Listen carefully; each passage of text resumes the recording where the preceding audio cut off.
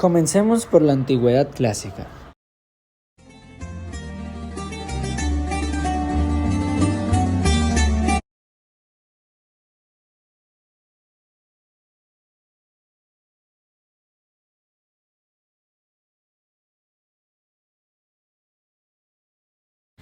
Comencemos por la antigüedad clásica.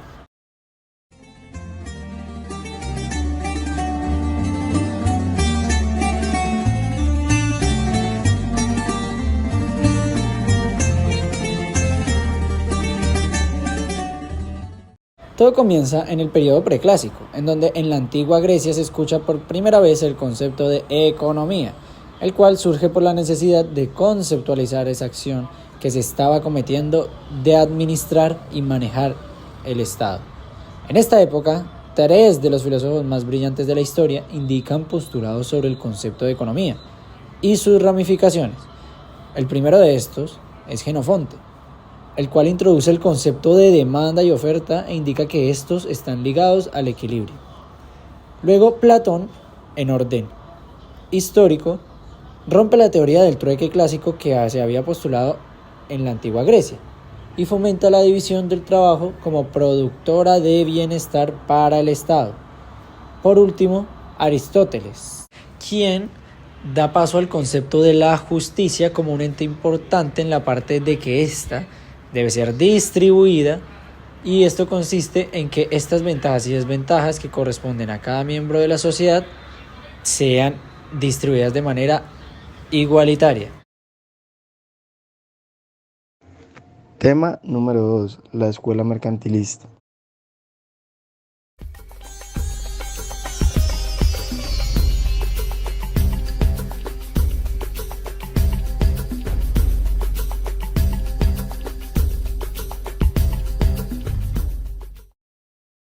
En esta época surge el capitalismo, por lo que Europa estaba en su creciente transición del régimen feudal al capitalismo.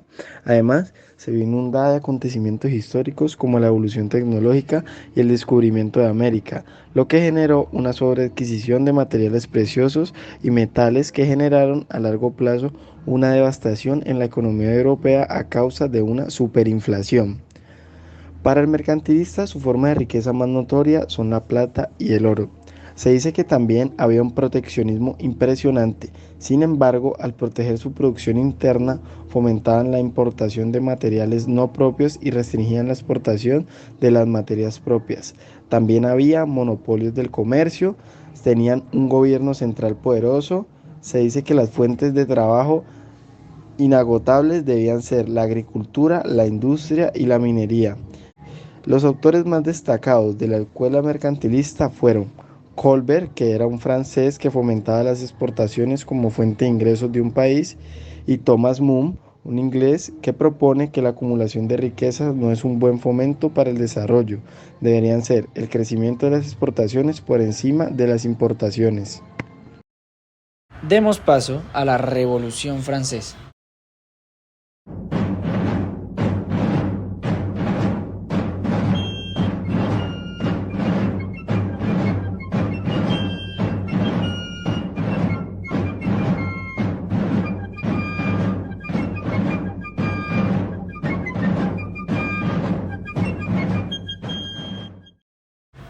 Este acontecimiento histórico surge en Francia el 5 de mayo de 1789. Surge como un llamado al proletariado en contra de la opresión que se sufría por parte de la nobleza.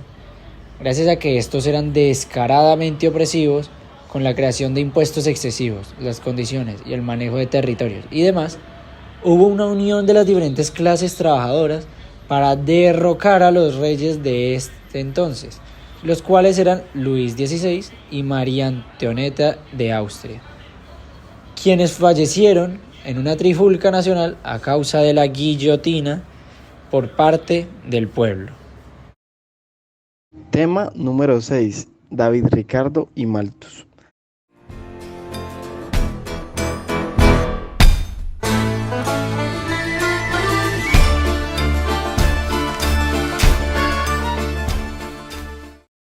David Ricardo era un economista británico, empresario y político.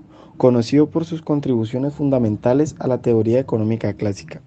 Nació en Londres en una familia de ascendencia sefardí portuguesa y su familia está involucrado en los negocios financieros. Aunque no recibió una educación formal en economía, logró destacarse en el ámbito financiero y comercial. Y Malthus fue un economista y clérigo británico conocido principalmente por su obra Ensayo sobre el principio de la población, publicada por primera vez en 1798. Malthus fue una figura importante en el campo de la economía política y su teoría sobre la población ha dejado una marca duradera en el pensamiento económico y social. Ahora demos paso a Karl Marx. We're going to hang out the washing on the Siegfried Line, 'cause the washing day is here. Este fue un influyente filósofo y economista del siglo XIX, quien dejó un impacto duradero en la sociedad con sus ideas claves. La primera de estas era el materialismo dialéctico, en la cual se basaba principalmente en la anterior postulada por Hegel, quien decía que la realidad se encontraba en el mundo de las ideas. Sin embargo, para Marx, esto no era así. Las semillas de esta realidad se encontraban en el mundo material.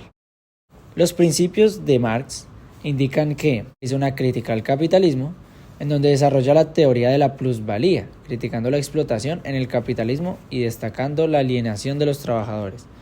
Recordemos que la plusvalía es ese excedente que sobra después de la repartición a todos los participantes de la organización o la empresa, ya después de haber hecho las ventas. También podemos ver la alienación, como se mencionó anteriormente. Este es un concepto en el que se resalta la pérdida del control de los trabajadores sobre su trabajo y el producto. También habla sobre la lucha de clases, en donde se enfatizó la lucha como un motor de cambio social y predijo la transición del capitalismo al socialismo y eventualmente al comunismo. Tema número 8, la ortodoxia económica. En esta tenemos la división entre historia y teoría. Pasamos al tema número 9, que son los marginalistas.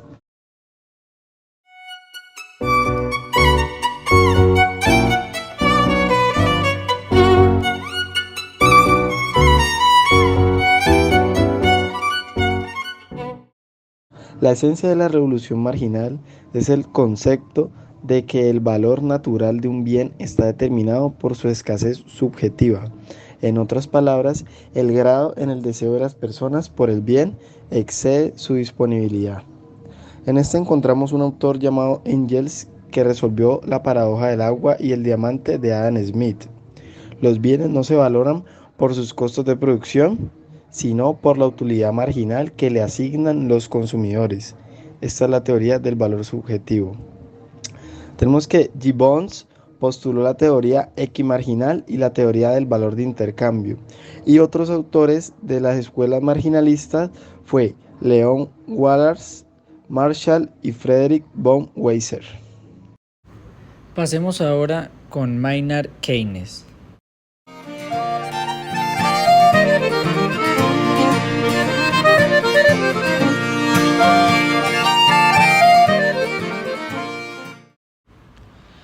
John Maynard Keynes fue un economista británico considerado como uno de los más influyentes del siglo XX. Sus ideas tuvieron una fuerte repercusión en las teorías y políticas económicas. Sus conceptos y principios fundamentales de la escuela keynesiana más importantes para la actualidad son que tiene factores determinantes de las cantidades totales de consumo, ahorro, ingreso, producción y empleo. También una orientación a la demanda, en donde la demanda agregada es igual a los costos más los ingresos más los gastos más las exportaciones menos las importaciones. También tiene la inestabilidad económica, en donde propone que esta es propensa a auges y fracasos, al igual que la inversión está determinada por la tasa de interés y la eficiencia marginal del capital. En el tema número 12 tenemos la economía del bienestar.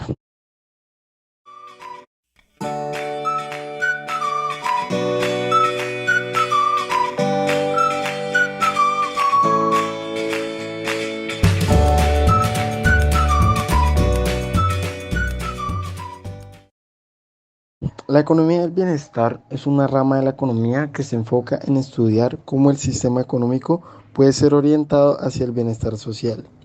En esta tenemos tres autores importantes que fueron Wilfredo Pareto. Este fue un economista y sociólogo italiano, es conocido por sus aportes en torno a la teoría utilitarista del bienestar, a la teoría del equilibrio general y a la teoría de la distribución del ingreso. Tenemos otro autor que es Arthur Cecil Peugeot, fue un economista británico. Peugeot desarrolló el concepto de externalidad, que es una noción ampliamente utilizada en la economía del bienestar. Una externalidad es un efecto no deseado que una actividad económica tiene sobre terceros que no están involucrados en ella. Y otro autor muy importante es Amartya Sen. Este fue un economista indio que ha realizado importantes contribuciones a la economía del bienestar. Una de las contribuciones más importantes de Sen es su trabajo sobre la medición de la pobreza. Sen ha argumentado que la pobreza no debe medirse únicamente en términos de ingresos, sino que también debe tenerse en cuenta la capacidad de las personas para realizar actividades valiosas.